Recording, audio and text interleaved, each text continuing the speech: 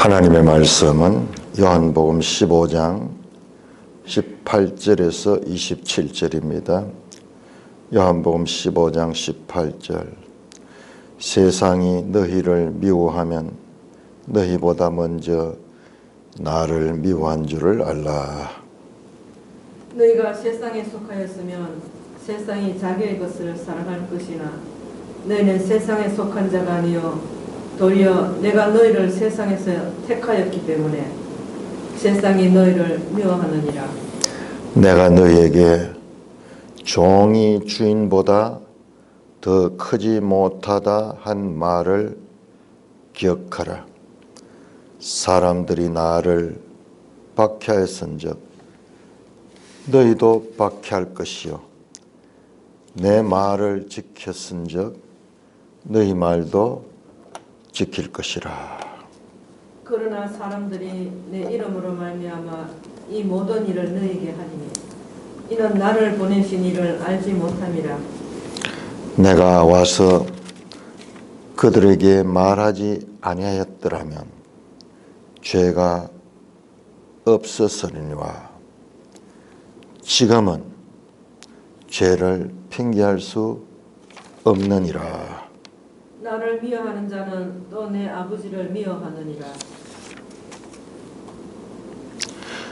내가 아무도 못한 일을 그들 중에서 하지 아니했더라면 그들에게 죄가 없었으니와 지금은 그들이 나와 내 아버지를 보았고 또 미워하였도다. 그러나 이는 그들의 율법에 기록된 바 그들이 이유 없이 나를 미워하였다 한 말을 응하게 하려 함이라. 내가 아버지께로부터 너희에게 보낼 보혜사 곧 아버지께로부터 나오시는 진리의 성령이 오실 때에 그가 나를 증언하실 것이요 너희도 처음부터 나와 함께 있었으므로 증언하느니라. 하나님,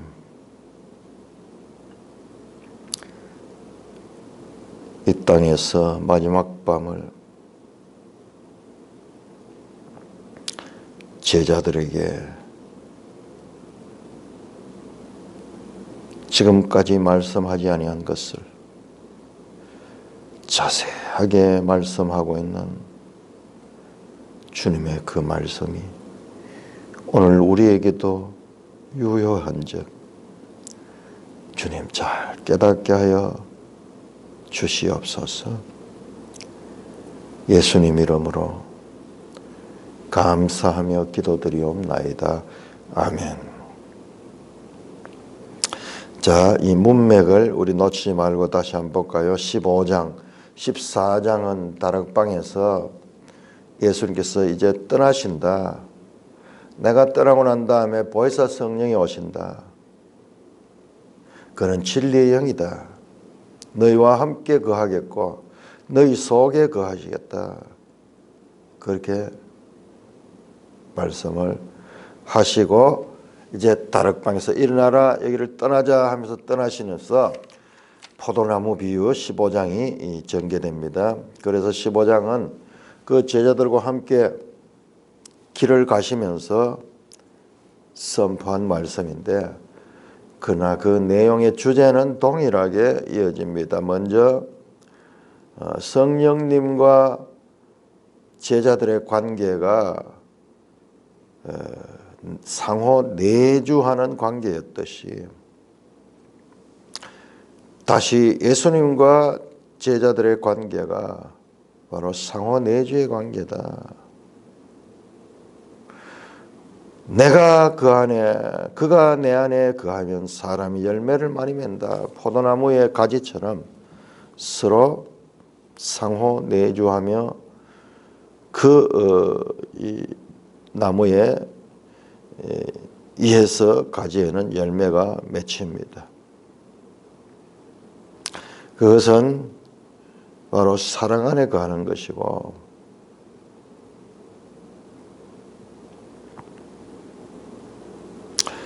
예수님의 계명 자체가 서로 사랑하라. 서로 사랑하라. 예수님이 떠난 후에도 제자들 간에 서로 사랑하라. 그래서 12절에서 17절까지는 제자들에게 자신이 죽기까지 사랑을 받는 자가 제자들이니까는 너희도 당연히 너희끼리도 서로 사랑하라. 서로 사랑하라. 그런데 이 서로 사랑하는 것도 내 힘으로 되는 게 아니에요. 보혜사 성령이 내주할 적에 사랑하게 될 것입니다. 사랑의 열매를 맺게 될 것입니다. 자, 그런 다음에 자, 주님과의 관계, 포도나무와 가지의 관계, 그리고 이제 제자들과의 관계, 서로 사랑하는 관계. 자, 이렇게 주님과 관계 안에서 제자들은 사랑의 관계, 서로 사랑하는 관계가 되어야 될 것을 말씀하십니다. 그래서 17절에 내가 이것을 너희에게 명함은 너희로 서로 사랑하게 하려 함이라. 11절에도 내가 이것을 너희에게 이름은 같은 말이죠. 내가 너희에게 이 말하는 이유는 목적이 있다. 뭐냐? 내 기쁨이 너희 안에 있어 너희 기쁨을 충만하게 하려 합니다. 내가 이것을 너희에게 말하면 너희가 서로 사랑하게 하려 함이라. 지금 예수님은 이 마지막 다락방 강화를 하시면서 마치 무엇과 같으냐? 유언과 같은 거죠.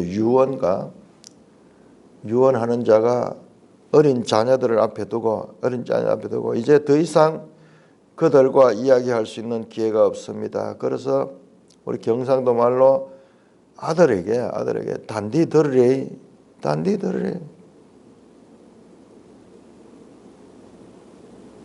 네가 이제 어떻게 해야 된대? 그 영화가 생각나요. 국제시장 가는 영화.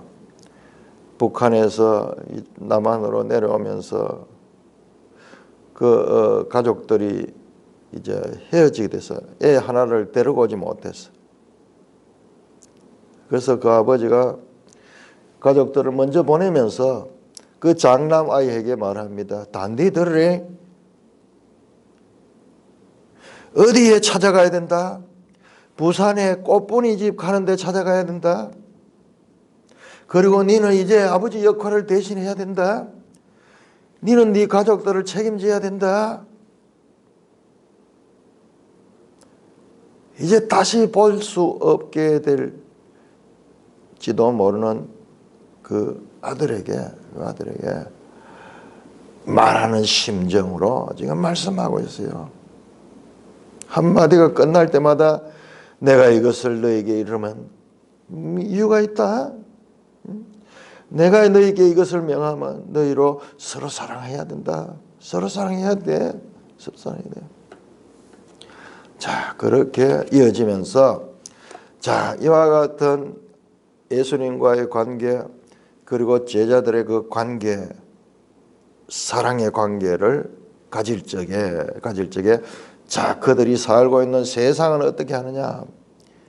이제 세상과의 관계에 대해서 말씀합니다.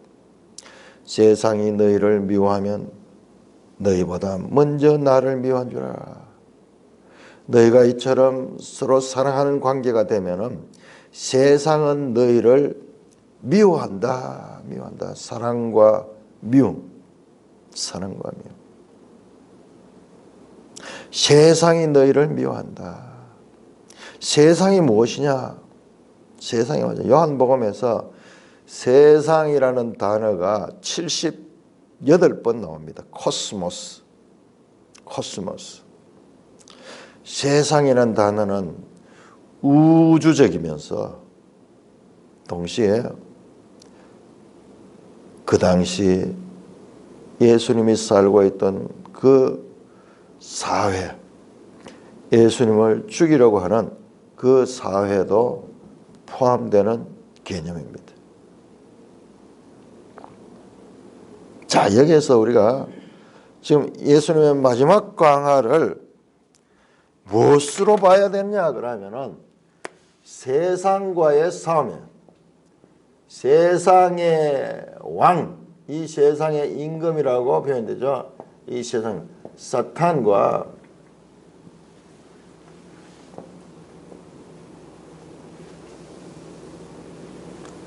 하나님의 아들 예수 그리스도. 지금 이게 눈에 드러나고 있지는 않지만은 계속 세상과의 관계를 말씀합니다. 예수님은 자신이 떠난 후에 이 자신의 무리 제자들에게 진리의 성령을 보내줄 것이지만 사탄은 또한 미혹의 영으로서 역사할 것이. 그러나 앞에 나왔죠. 자, 우리 12장 한번 볼까요? 12장.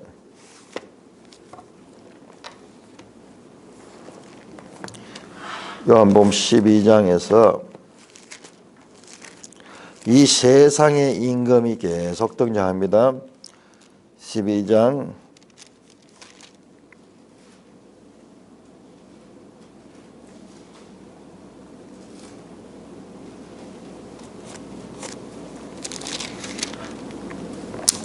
31절 예수님께서 헬라인들이 예수님을 찾아왔는 것을 보고 이제 때가 왔다 그러면서 그 때는 무슨 때냐? 세상은 몰라요. 세상은 모르지만은 31절 이제 세상에 대한 심판이 있는 것이다.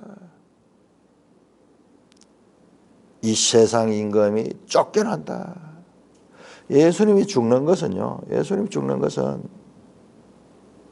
이 세상을 독점적으로 지배하고 있던 이 세상의 임금이 쫓겨나는 그와 같은 시간입니다. 십자가에서 이 세상 임금인 사탄과 예수 그리스도가 불꽃 튀기는 싸움을 하는데 거기에서 누가 있냐? 사탄이 쫓겨납니다. 예수님이 승리합니다. 승리자 예수. 내가 세상을 이겼노라. 사탄은 쫓겨갑니다. 자, 그렇다면 우리가 좀 이 말씀은 알겠는데 이게 이제 현실적으로 어떻게 적용되는가 생각이 안 나죠. 자, 이것도 마찬가지예요. 이것도 시작된 종말의 뒷면입니다. 시작된 종말은 이미와 아직의 이 시제 가운데 이미 쫓겨났으나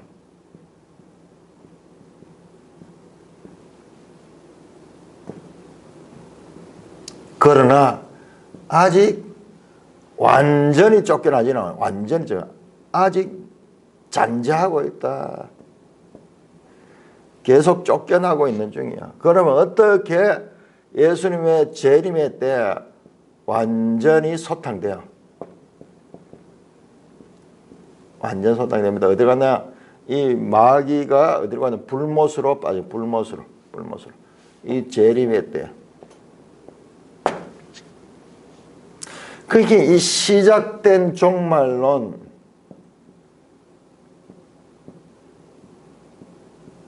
이 시작된 종말론을 모르면은 도무지 이해가 안 되는 거예요. 쫓겨났다 해놓고 또 사탄이 뭐 공격한다 그러고 뭐 도대체 이해가 안 되잖아요. 이해 안 되는 이유가 근본적으로 이와 같은 성경적 세계관, 그 세계관이 없기 때문에 구원 계시의 발전성 가운데서 이미 쫓겨나기 시작했고, 그리고 계속, 그러니까는 이제 예수 그리스도를 믿는 자는 성령을 통해서, 성령이 예수님의 역할을 하면서 제자들이 오니까는 계속 이길 수 있는 거예요. 그러나 아직 공격을 많이 받습니다. 때로는 넘어지기도 합니다. 15라운드 게임이 있을 것 같으면은 계속 치고받고 하는 거예요. 그러나 그 안에 생명이 있기 때문에 그들은 반드시 승리하게 될 것입니다. 이것도 우리가 이 시작된 종말론의 개념이 없이는 안 됩니다. 자, 우리 한번 볼까요? 요한계시록 12장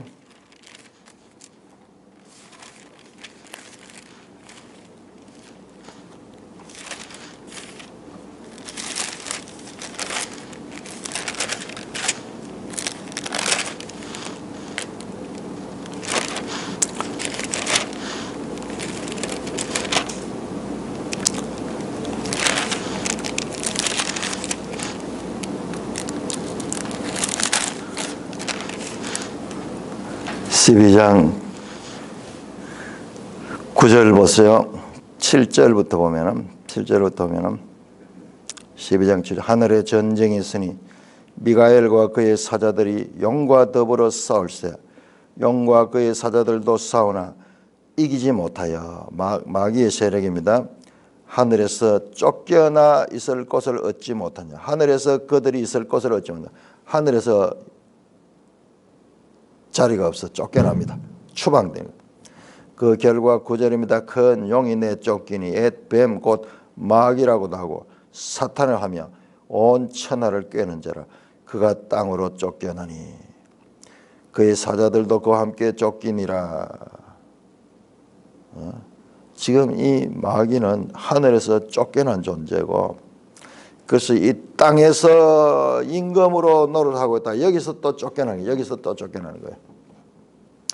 자, 그 마귀가 어떻게 됐는가?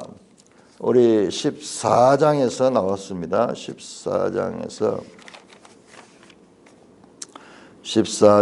30절 보세요. 14장 30절 이후에 내가 너희와 말을 많이 하지 아니하니. 이제 말할 기회가 없다는 거예요. 왜? 이 세상 임금이 온다는 거예요. 이 세상 임금이 온다는 거예요. 아니 쫓겨난다며. 앞에서 쫓겨난다 그러는데 또 온다 그래. 그러나 그는 내게 관계할 것이 없다. 이게 뭐냐 그러면은 지가 아무리 와봤다 내한테는 지가 무력하다는 거예요. 내가 행하는 것을 그는 막을 수 없다는 거예요.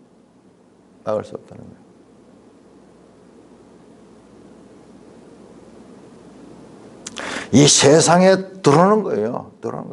마치 뭐가냐 어둠 속에 빛이 들어오듯이 들어오는 거예요. 그러면은 어둠이 빛을 이기지 못하는 거예요. 예수 그리스도가 승리하는 거예요. 어둠의 왕에게 빛이 들어오는 거예요. 자, 그래서 이 세상에 대해서는 우리가 이제 끝날 때 시간이 되면은 제가 더 자세하게 설명드리겠습니다. 그러니까 계속 세상에 대해서 가르칩니다. 세상이 78번 나와요. 78번. 하나님이 세상을 이처럼 사랑하사. 그런데 하나님 세상을 사랑하신대요.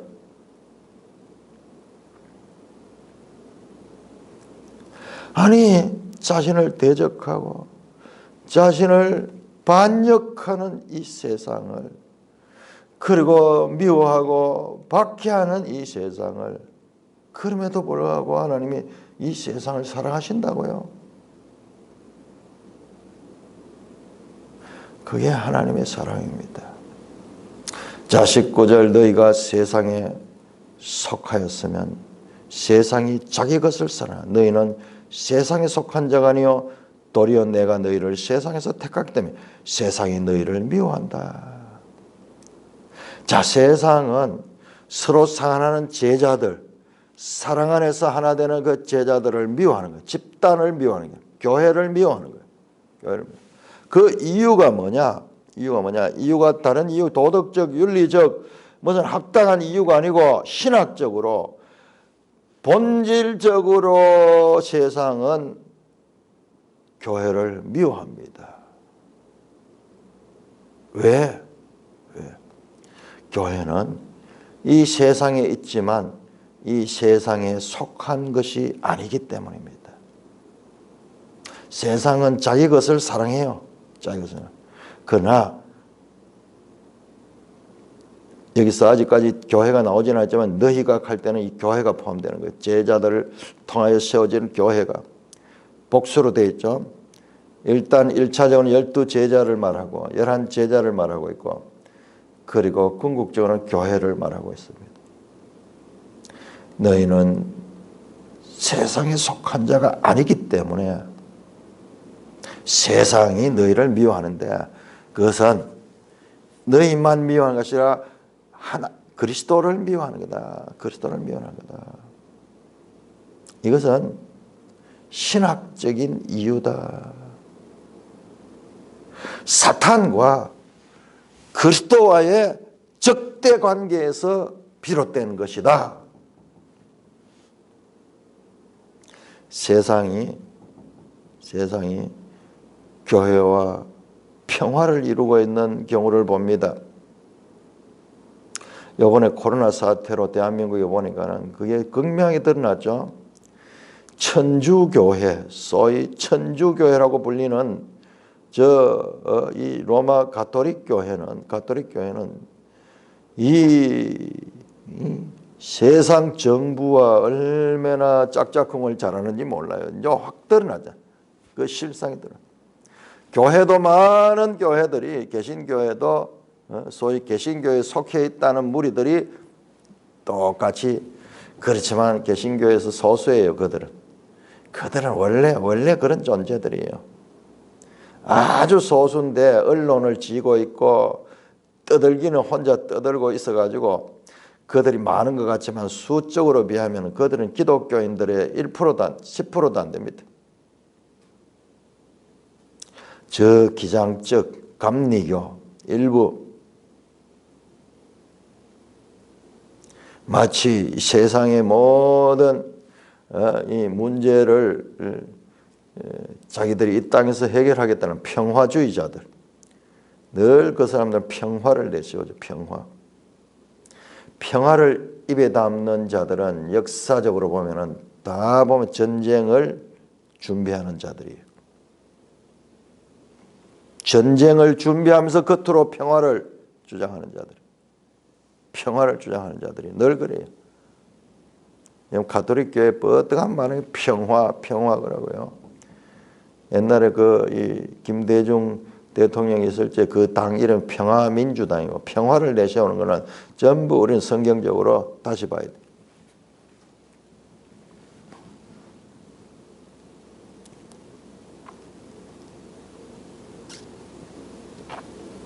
(20절입니다) 내가 세상에서 택하였기 때문에 너희는 누구냐? 너희는 주님이 택한 거야. 세상이 너희를 미워하는 거예요. 그래서 너희는 주님께 속한 존재이기 때문에 세상을 미워해요. 세상은 예수님을 미워하고 예수님의 것을 미워하는 거예요. 예수님과 그의 것, 세상과 세상의 것 지금 대비되고 있죠. 세상이 자기의 것을 사랑할 것이나 19절 나오죠. 그러나 세상은 주님을 싫어하고 또는 주님에 속한 것을 싫어합니다. 싫어할 뿐만 아니라 적대적 미워합니다. 20절입니다. 내가 너에게 종이 주인보다 더 크지 못하다 한 말을 기억하라. 이 말을 언제 했어요? 종이 주인보다 더 크다.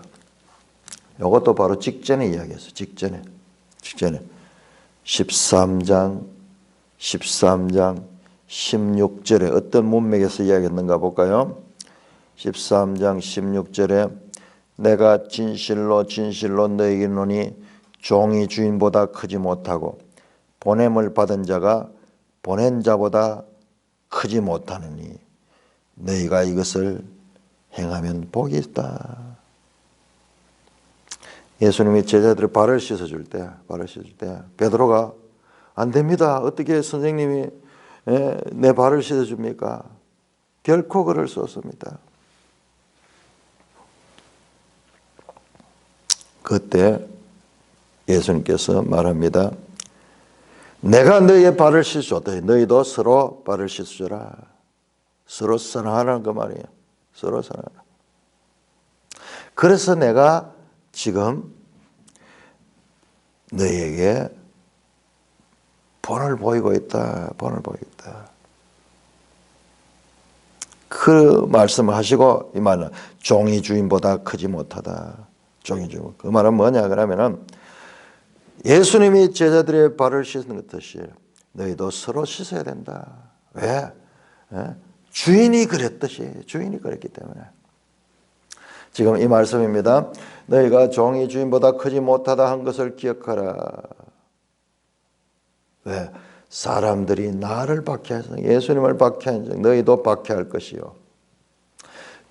주인이 행하는 것을 종이 행해야 될 뿐만 아니라 주인이 받은 고난을 종도 받게 된다는 말이에요.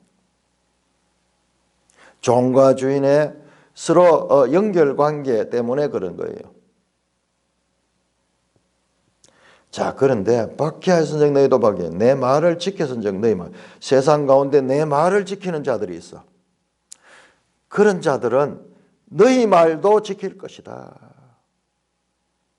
세상 사람들이 나를 박해했기 때문에 너희도 박해할 것이지만은 세상 가운데 내 말을 듣는 자들이 있어. 내 말을 지키는 자들이 있어. 그러면 그들은 너희 말도 지킬 것이다. 그러니까 세상은 복합적이에요. 세상은 지금 세상이라는 것은 세상이라는 이 명사에는 여기는 무수한 개인들이 모여서 세상을 이루고 있다. 그 가운데는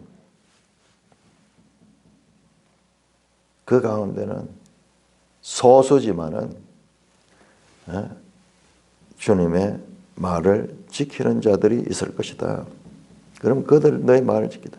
세상에서 그들은 구원을 받게 될 것이다. 구원을 받게 될 것이다. 그러니까 세상을 대할 적에 세상을 하나로 매도해서는 안 된다. 세상 안에는 그 세상 안에는 알곡이 있다. 알곡이 있다. 천국 백성이 될 사람들이 그 세상에 있다. 21절입니다. 21절 그러나 사람들이 내 이름으로 말미암아 이 모든 일을 너에게 행하리니. 이제요, 왜 이런 이야기를 했냐 그러면은 예수님이 떠난 후에 제자들에게 많은 박해가 올 것입니다. 우리 역사를 통해서 알잖아요. 자, 사람들이 내 이름으로 말하면 이 모든 일을 너에게 하느니. 이 모든 일은 미워하고 박해하고 적대적으로 그렇게 하는 앞에 나왔네요. 미워하고 박해한 겁니다. 박해합니다. 왜 그런 일을 하냐? 그는 나를 보내신 일을 알지 못하게 돼요. 이 모든 일, 예수 그리스도의 이름을 예수에 속했다는, 예수님을 믿는다는, 예수님의 이름으로 모였다는 그 이유 때문에 그들은 이 모든 미워하고 박해할 것이다. 심지어는 죽이게 될 것이죠. 그 이유는 이는 나를 보내시는 알지 못하기 때문이다. 무지에서 온다. 하나님을 알지 못하기 때문에 나를 보내시는 알 수 없다. 그래서 무지해서 행하기 때문에 안타깝죠. 무지해서 행하기 때문에 그걸 갖다 정지할 수 있겠습니까? 무지해서 자기들대로나 잘한다고 하는 일인데 무지해서 자, 그런데 이어지는 말씀을 보면은 상황이 다릅니다. 내가 와서 그들에게 말하지 않았다면 죄가 없었다. 알지 못했잖아요. 알지 못하잖아요, 세상은. 그런데 예수님 오셔서 그 무지한 자들에게 말씀하셨어요. 말씀하셨어요. 만약 예수님이 오시지 않고 말씀하시다면 세상이 이렇게 악을 행하고 그렇게 했더라도 죄가 없어요. 몰라서 부지중에 무지한 상태로 행해서 부지중에 행했고 그 다음에 나중에도 깨닫지 못하니까는 그 뭐 자기들로서는 당연히 행한 거예요. 지금은 그 죄를 핑계할 수 없다. 왜? 내가 지금 와서 그들에게 말했다. 지금 이 세상은, 여기서 나오는 세상은 지금 이스라엘 사회를 가리킵니다. 이스라엘 사회. 특히 유대교 그 무리들을 가리킵니다. 그들에게 내가 말했다. 무지한 자들이 이제 내가 메시아고 내가 하나님의 아들이고 내가 하나님의 뜻을 행하러 왔다는 것을 다 말했다. 에고 에이미, 내가 하나님이다. 여러 차례 반복해서 그렇게 말했기 때문에 이제는 무죄할 수가 없다. 죄가 없다고 할 수 없다. 알지 못하고 행한 것이 아니라 이제는 내가 와서 말했기 때문에 다르죠. 그들의 행동이 알고 했느냐 알지 못하고 했느냐에 따라 가지고 다르죠. 어린아이가 어떻게 부지중에 아무 생각 없이 하다가 귀한 어떤 물건을 깨뜨렸다 합시다. 그 아이에게 있어서는 그 수천만 원짜리 귀한 도자기나 그냥 막 밥을 먹는 밥그릇이나 몰라요. 뭐가 뭔지 몰라요. 그리고 자기 몸도 자기 스스로 잘 못 갈아요. 그러다가 이렇게 깨뜨렸는데 그 죄가 있다. 유죄를 판결할 수 없다는 거예요. 그런데 지금 여기에서는 말씀했다. 이것을 말씀했기 때문에 이제 죄를 핑계할 수 없다. 나를 미워한 자는 또 내 아버지를 미워한다. 예수를 미워한 자는 하나님을 미워하는 자다. 계속 예수님과 성부 하나님과의 동일성. 나를 보내신 이를 알지 못하는 것은 나를 알지 못하는 거다. 나를 알지 못하는 건 나를 보내신 이를 알지 못한다. 아버지를 알지 못하는 거다. 계속 이 말씀이 반복됩니다. 아버지와 아들의 동일성. 자, 또 그 다음에 24절 보세요. 내가 아무도 못한 일을 그들 중에서 하지 아니하였더라면. 아무도 하지 못한 일이 무엇입니까? 예수님이 아무도 하지 못한 일이 이 땅에 오셔서 오병이어로 5천 명을 먹이시고 그 다음에 죽은 나사로를 살리시고 그런 기적을 행했어요. 표적을 행했습니다. 다른 사람들은 보지 못한 그런 일들을 행했습니다. 자, 5장 35절 한번 볼까요? 요한복음 5장 35절에서 이렇게 말씀합니다. 예수님 말을 못 믿더라도 말이 무슨 말인지 어려워서 믿지 못할지만은 그러나 36절 5장 36절 내게는 요한의 증거보다 더 큰 증거가 있으니 아버지께서 내게 주사 이루게 하시는 역사 곧 내가 하는 그 역사가 아버지께서 나를 보내신 것을 나를 위하여 증언하는 것이요. 또한 나를 보내신 아버지께서 친히 나를 위하여 증언하셨다. 역사하는 이 역사는 일이에요. 지금 일. 엘곤 가는 일인데 여기 또 번역을 역사로 해버리니까는 히스토리로 보게 됩니다. 그게 아니고 일입니다. 일.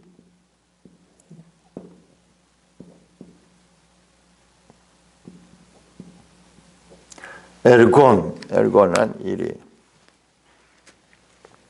그 예수님이 행한 초능력적인 그와 같은 하나님만이 할 수 있는 그 예수님이 에임이 하나님심을 드러내는 그런 표적이에요.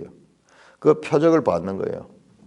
24절 내가 아무도 못한 일을 그들 중에 하지 않았다면 그들에게 죄가 없어. 지금은 그들이 나와 내 아버지를 보았고 또 미워했다.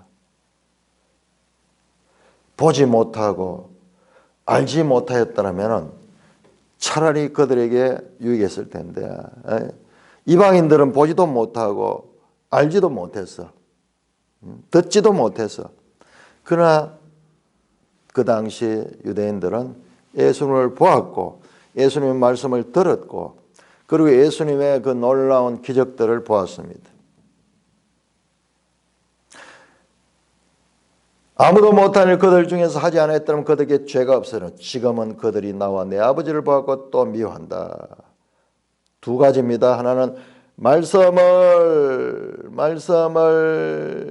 하지 않았더라면 죄가 없었을 것이고 이런 일들을 이 기적을 행하지 않았더라면 그들에게 죄가 없었지만 그러나 지금은 그들이 핑계할 수 없다.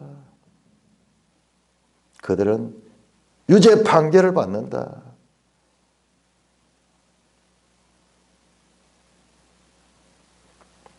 그들이 유죄 판결을 받는 이유가 뭐냐? 25절 그러나 이는 그들의 율법에 기록된 바 그들이 이유 없이 나를 미워했다 한 말을 응하게 한다. 그러나 이것조차도 성경을 이루는 것이다. 성경을 이루는 것이다. 어떤 성경을 이루는가? 율법에 기록된 그러니까 이 율법은 모세 오경만 가르친 게 아니에요. 구약 성경을 가르친 구약 성경 전체를 여기서는 구약 성경을 그들의 율법에 기록된 바. 그러면 율법이 토라로 나오는가 뭐라고 나오는가 한번 볼까요? 토라와 구별이 되고 있는가? 요한복음 15장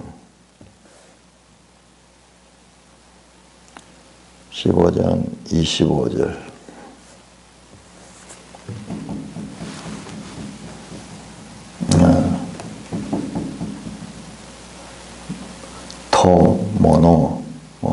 오토.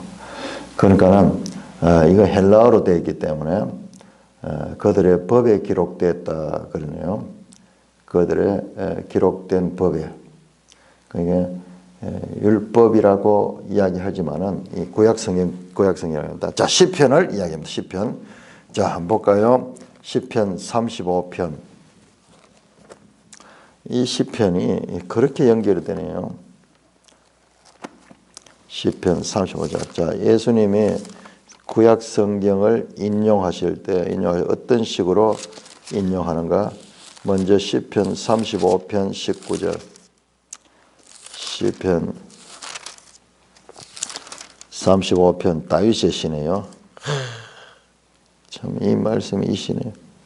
35편 1절 여호와여 나와 다투는 자와 다투시고 나와 싸우는 자와 싸우소서. 방패와 손방패를 잡으시고 일어나 나를 도우소서. 창을 빼사 나를 쫓는 자의 길을 막으시고 또 내 영혼에게 나는 내 구원이라 이르소서. 내 생명을 찾는 자들이 부끄러워 수치를 당하게 하시며 나를 상해하는 자들이 물러가 낭패를 당하게 하소서. 자, 7절입니다. 7절 그들이 까닭없이 나를 잡으려고 그들의 그물을 웅덩이에 숨기며 까닭없이 내 생명을 해하려고 함정을 파싸오니.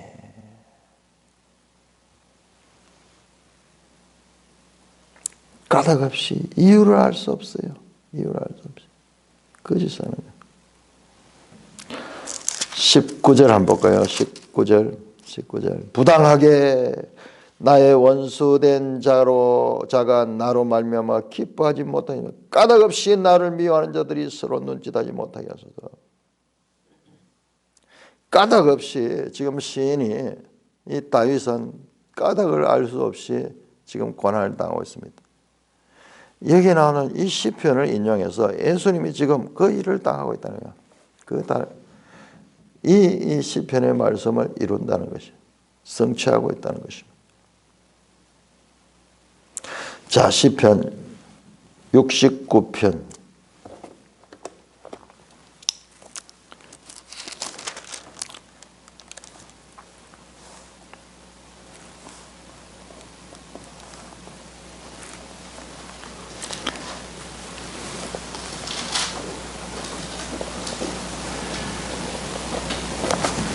시편 69편 4절입니다.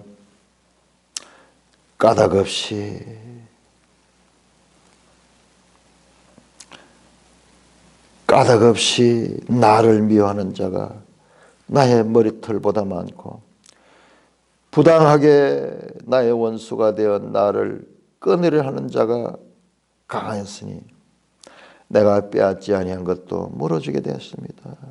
하나님이여, 나는 아무 이유 없이 그들은 까닭없이 나를 미워합니다. 아무런 죄를 범하지 않아도 무고하게. 그런데 그 원수가 나의 머리털보다 많고 부당하게 나의 원수가 나를 죽이려고 합니다. 이 말씀이 전부 다윗의 시네요.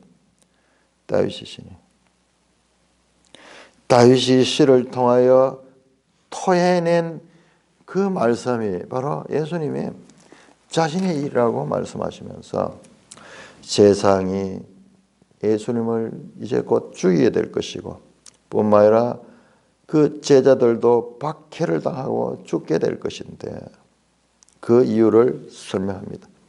세상이 이제 유죄 판결을 받았다.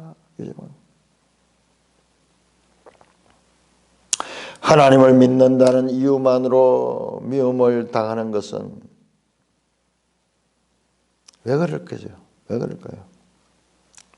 그건 이 땅에서는 이유를 알 수 없어요. 그 배후에 이 세상의 임금 마귀의 역사가 있기 때문에 그런 거야. 이건 본능적으로 적대적인 것입니다. 자, 이렇게 예수님이 떠난 후에 제자들이 당하게 될 시련과 박해를 말씀합니다. 그런데 26절, 27절은 보면은 이제 문맥이 다릅니다. 내가 아버지께로부터 너에게 보낼 보혜사 곧 아버지께로부터 오시는 진리의 성령이 오실 때 그가 나를 증언할 것이요 너희도 처음부터 나와 함께 있으므로 증언하느니라.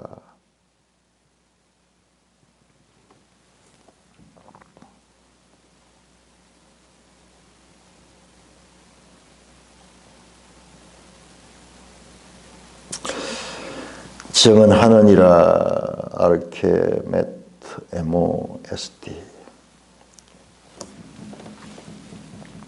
자, 왜 이 말씀이 갑자기 또 보혜사 성령이 나오는가? 다음에 16장으로 이어집니다. 이유를 알겠네요. 자, 16장 1절 한번 볼까요? 내가 이것을 너에게 이름은 너희로 실족하니까 이것이 무엇인가?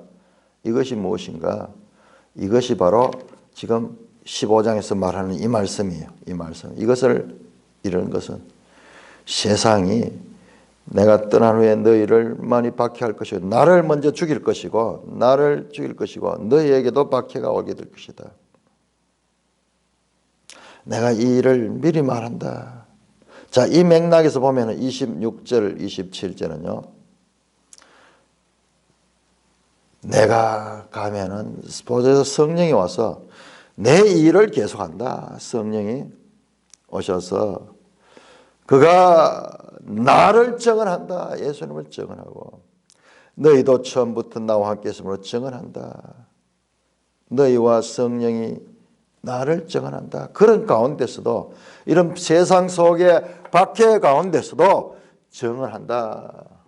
자, 보혜사 성령이 예수님이 없는 상황에서도 오셔서 어떻게 오십니까? 내가 아버지께로부터 너희에게 보낼 보혜사입니다. 예수님만 보내는 것이 아니라 내가 어떻게 순서가 아버지께로부터 받아가지고 너희에게 보낼 보혜사예요. 여기 아주 정확합니다. 순서가 자, 사도행전 2장 33절 제가 여러 번 말씀드리지만 볼 때마다 새롭습니다. 2장 33절 베드로 설교가 이렇게 이야기합니다. 하나님이 오른손으로 예수를 높이시며 예수님이 이제 성천하시니까 그가 약속하신 성령을 아버지께 받아 너희가 보고 듣는 이것을 부어준다. 아버지께 받아서 예수님이 보내준 거예요. 지금 이 말씀하고 똑같잖아요. 사도행전은 누가가 기록했고 그리고 사도행전의 이 말씀은 지금 베드로가 말씀하고 있는 것인데 이 예수님이 요한이 기록한 말씀 속에 예수님이 하신 말씀과 똑같잖아요. 중요한 겁니다. 삼위일체 하나님의 그 삼위일체의 이 교리는 이 같은 이 증거 본문들 속에서 추출된 그와 같은 교리입니다. 순서가 분명하게 있습니다. 성부와 성자가 성령을 보내셨다. 그는 어디서 아버지께로부터 나오셨다. 아버지께로부터 나오는 진리의 성령이다. 아버지의 영이에요. 아버지의 영. 그 진리의 성령. 그분은 아버지께로부터 나왔기 때문에 아버지의 영이고 또한 예수님이 보내셨기 때문에 예수님의 영이에요. 예수님의 영. 그래서 사도행전에 보면 하나님의 영이라고 말씀하는 데도 있고 또한 예수님의 영이라고도 말씀하는 데가 있습니다. 이것은 바로 삼위일체 개념으로 보면은 하나도 문제될 것이 없는 오히려 삼위일체 하나님에 대한 더 풍부한 이해를 우리에게 주는 증거 본문이 됩니다. 너희도 처음부터 나와 함께 있으므로 증언한다 되어 있는데 우리 세 번 역가는 증인이 될 것이다. 증인. 오히려 증인이 낫네요. 증인. 말투리트.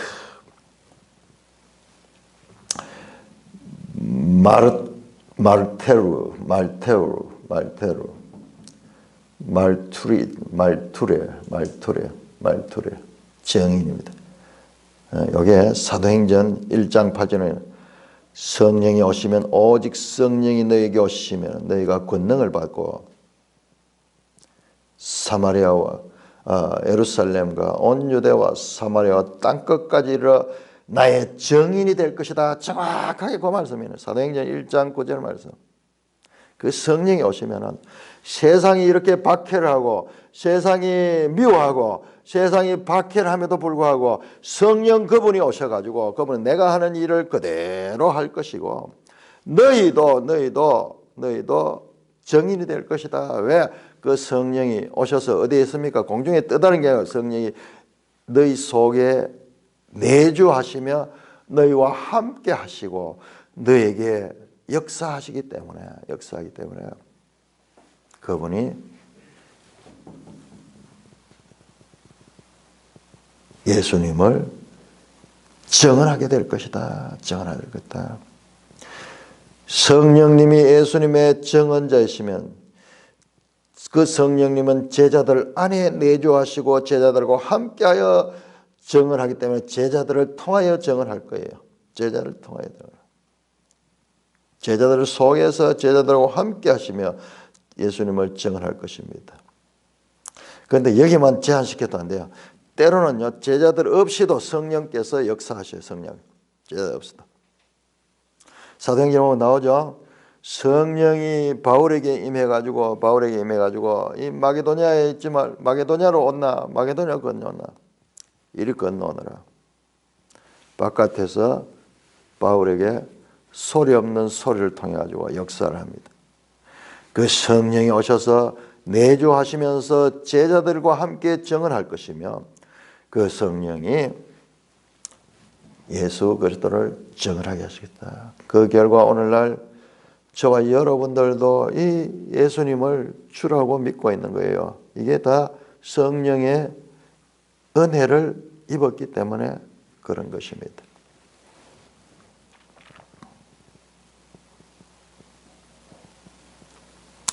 (15장에서도) 끝에 바로 성령, 보혜사 성령을 말씀합니다. 세상에 미워하고 박해할지라도 너희가 두려워하지 않을 것은 그 보혜사 성령이 너희와 함께 하시고 그가 너희에게 힘을 줄 것이다. 그 말씀입니다. 자, 세상은 끊임없이 예수님을 대적하고 제자들을 미워합니다. 그 이유가 뭐냐? 그럼에도 불구하고 하나님은 세상을 이처럼 사랑해요. 세상을 이처럼 사랑해요. 이와 같은 모순적인 관계.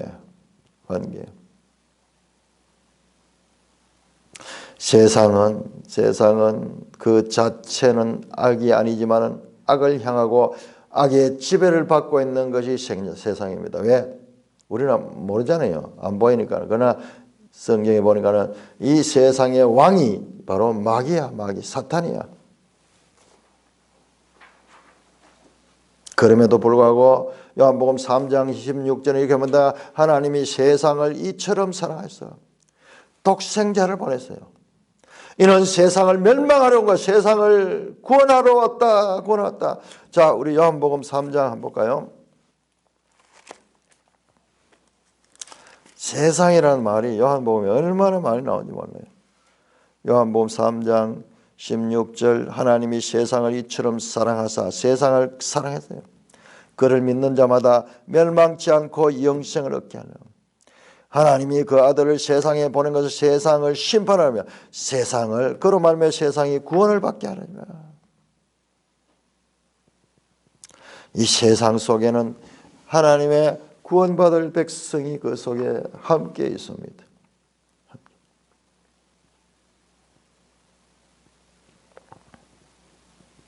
예수님은 세상을 구원하시러 이 땅에 오셨습니다.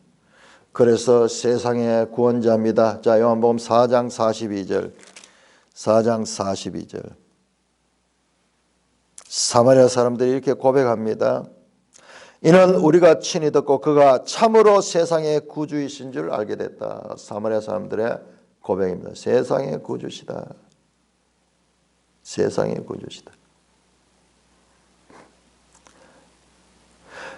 또한 세례 요한은 예수님을 세상 죄를 지고 가는 하나님의 어린 양이다. 이 세상의 죄를 담당하시고 요한복음 8장 12절에서 예수님은 나는 세상의 빛이다. 이 어둠의 이 마귀가 지배하는 이 세상의 빛으로 이 세상 속의 빛으로 왔어요. 8장 12절 9장 5절 맹인들 그 나면서부터 소경된 자의 눈을 뜨게 하시면서도 다시 한 번 나는 세상의 빛이다. 그러니까 어두움에 세상이 오는 거예요. 어둠 속에 세상이 왔습니다. 세상은 어둠에 있었습니다. 어둠 가운데 있는 자들은 예수님의 빛으로 나오는 하나님의 선택한 자들이 그 속에 있어. 어둠 속에서 빛을 보는 사람들이 있잖아요. 이 제자들을 비롯해서 앞으로 교회를 통해서 이 빛을 만나게 될 겁니다. 그렇지만은 어둠을 사랑하는 자는 예수님에 대해 마음이 더욱 완고하고 정죄함을 받습니다. 요한복음 3장 19절 20절에 이렇게 말합니다. 그를 믿는 자는 심판을 받지 아니하는 것이요 믿지 않은 자는 하나님의 독생자의 이름을 믿지 아니하므로 벌써 심판을 받아요. 그 정죄의 이유는 뭐냐? 빛이 세상에 왔으되 사람들이 자기 행위가 악함으로 빛보다 어둠을 더 사랑할 것이라. 악을 행하는 자마다 빛을 미워하나니 빛으로 오지 않으니 이는 그 행위가 드러날 것이죠. 진리를 따른 자는 빛으로 오나니 이는 그 행위가 하나님 안에서 행한 것임을 나타내게 하느니라. 이 세상에는 이 빛을 미워하는 자가 있고 그 빛으로 나오는 자들이 있어요. 자, 우리가 이 요한복음을 보시면 요한복음 전반부 1장에서 12장까지는 계속 세상에 대한 예수님의 사랑을 말씀합니다. 적대함에도 불구하고 사랑을 말씀합니다. 자, 그런데 다락방 강화에 한번 보세요. 이 세상은 이제는요, 세상은 예수님에 대해서 단순히 미워할 뿐만 아니라 적대적입니다. 적대적입니다. 예수님을 죽이고자 하는 그와 같은 적개심이 불타고 있습니다.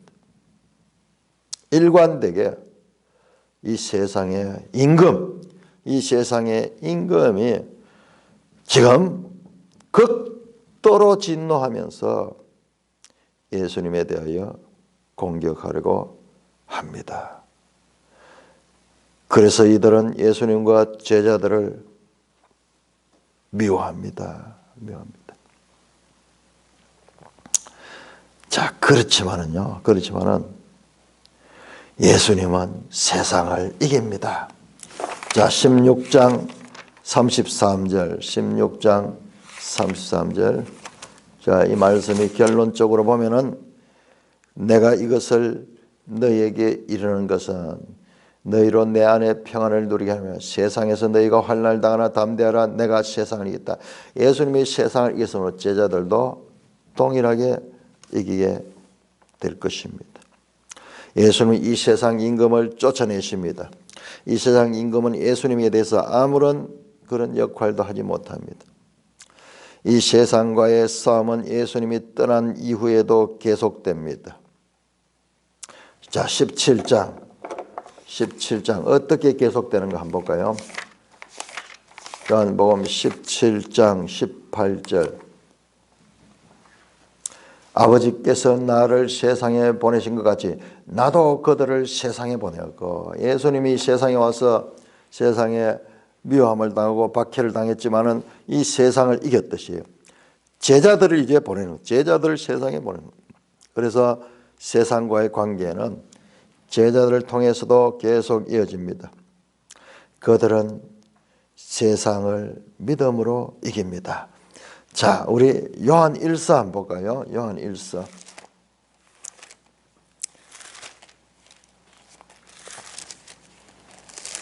요한 1서 5장 4절. 무릇 하나님께로부터 난 자마다 세상을 이긴다. 세상을 이기는 승리는 이것이니 우리의 믿음이다. 세상을 우리가 이긴다.